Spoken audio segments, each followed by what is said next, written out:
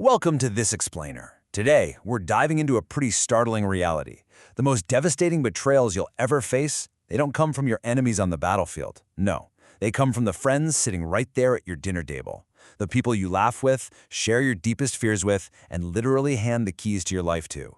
You know, the knife never really comes from the front, because if it did, you'd catch the hand. It always comes from behind. 500 years ago, in the brutal courts of Florence, Niccolo Machiavelli wrote this incredibly cold verdict on human nature. And look, he wasn't writing about how things should be in some perfect world. He was writing about how things actually are. He basically warned us that assuming default loyalty is like walking through a minefield blindfolded. But here's the good news. If we can just decode the mechanics of human behavior he laid out, we stop being victims and we start absolutely mastering human dynamics. So in this explainer, we're going to cover the anatomy of betrayal, the premature confessor, the pathological neutral, the moral performer, how to administer stress tests, and finally, securing your perimeter. Let's get into it. Section 1. The anatomy of betrayal, the flaw in your operating system. Before we can even identify these traitors, we've got to look at why we actually let them past our walls in the first place. It all starts with a fatal error called the projection of virtue. Basically, because you're a decent person who values your word, you project that reflection right onto others. You naturally assume, hey, I wouldn't betray them, so they definitely won't betray me, right? But Machiavelli warns that projecting your reflection onto a wolf is a deadly, deadly mistake. Because honestly, the wolf doesn't care about your reflection. It only cares about hunger. And where we really go wrong is viewing trust as just a feeling. You know, relying entirely on vibes or chemistry. But think about it. Con artists like Casanova and Bernie Madoff, they were absolute masters of vibes. They made you feel so special just to bypass your defenses. Trust is not a feeling, guys. It's a calculation. We have to stop relying on our emotions and start looking solely at behavioral patterns. Because, let's face it, words can lie, but behavior is the only truth. Okay, Section 2. The premature confessor, weaponized vulnerability. Now, this is a highly counterintuitive archetype that catches even the absolute smartest people completely off guard. We're all taught that vulnerability is a sign of closeness, right? So when someone trauma dumps on you in the first few hours of meeting, maybe sharing an abusive childhood, complaining about a crazy ex, and telling you, I've never told anyone this before, your ego naturally swells. You think, wow, we have this deep connection. But hold on, this isn't genuine intimacy. It's actually a transactional tactic designed to create an immediate subconscious debt in your mind. The really crucial point here is that they are speed-running trust. Real trust is earned slowly. Think of the Spartans bleeding on a battlefield for 10 years, not handing a total stranger a heavy secret to carry around like baggage. These people are looking for a hostage, not a friend. And the exact moment you try to set a boundary, they're going to weaponize that guilt to trap you right inside a cage they started building in the first hour of meeting you. Moving on to Section 3, the pathological neutral, the Switzerland syndrome. This is that friend who just completely disappears into the background the second you face any real conflict. You've probably heard this one before. I don't want to get involved. I see both sides. Those words sound so mature and reasonable, like they're just being a peacemaker. But as Machiavelli warns, when someone wrongs you, silence isn't peace. It's actually permission.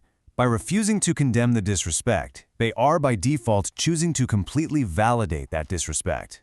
See, the pathological neutral values social access and popularity way more than principles. True loyalty is uncomfortable, you know? It costs something, and it often means making enemies. But this person is driven entirely by self-preservation.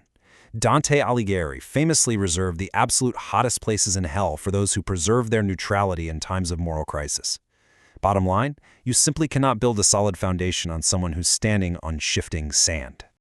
Section 4. The moral performer, the grand stander of virtue. This person literally wears the skin of a sheep just to hide the fact that they are a wolf, waiting for the shepherd to fall asleep. Look, the loudest announcements in a room are usually the biggest lies. In psychology, this is known as reaction formation. It means obsessively portraying the exact opposite of your true nature because you are terrified of who you really are. Honestly, the person who constantly tells you how much they hate drama, yeah, they're almost always the source of it. These folks know exactly how to camouflage dark triad traits like narcissism by putting on a performance of goodness.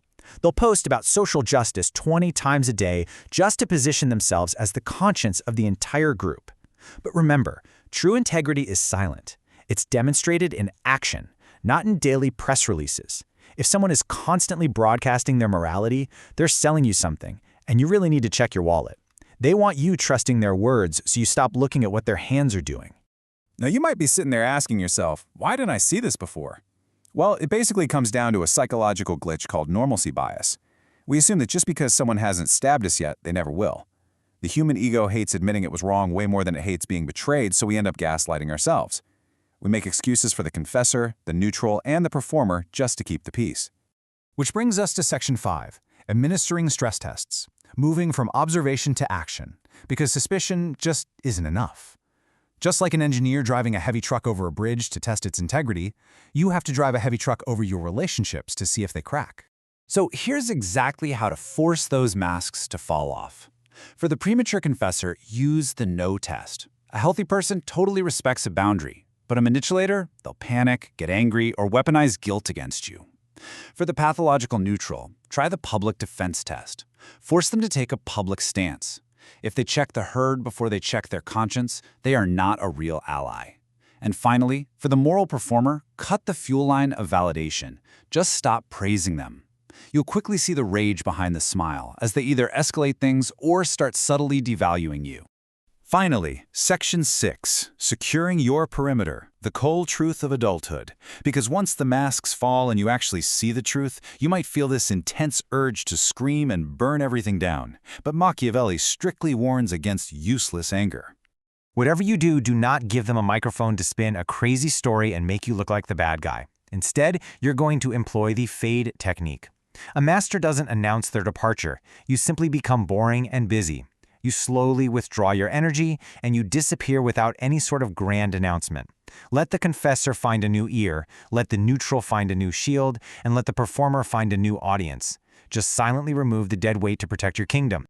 It's time to stop wasting water on dead plants. When you pull your energy back into your core, you can finally spot and reward the rare, real allies in your life. Those men and women who actually possess the old virtues, who speak little but do so much, and who quietly live their honor. When you clear out all the fakes, you make plenty of room to return true loyalty tenfold. But before you completely seal the gates, I want to leave you with the hardest question of all. Take a good look in the mirror. Are you playing the premature confessor, using your pain to trap others? Are you the pathological neutral, just too cowardly to stand for your friends? Or maybe the moral performer, acting good instead of actually being real? Machiavelli wrote that it's a double pleasure to deceive the deceiver. Do not deceive yourself. Clean your own house first, because the world rewards the perceptive. Go out there and be the one who sees.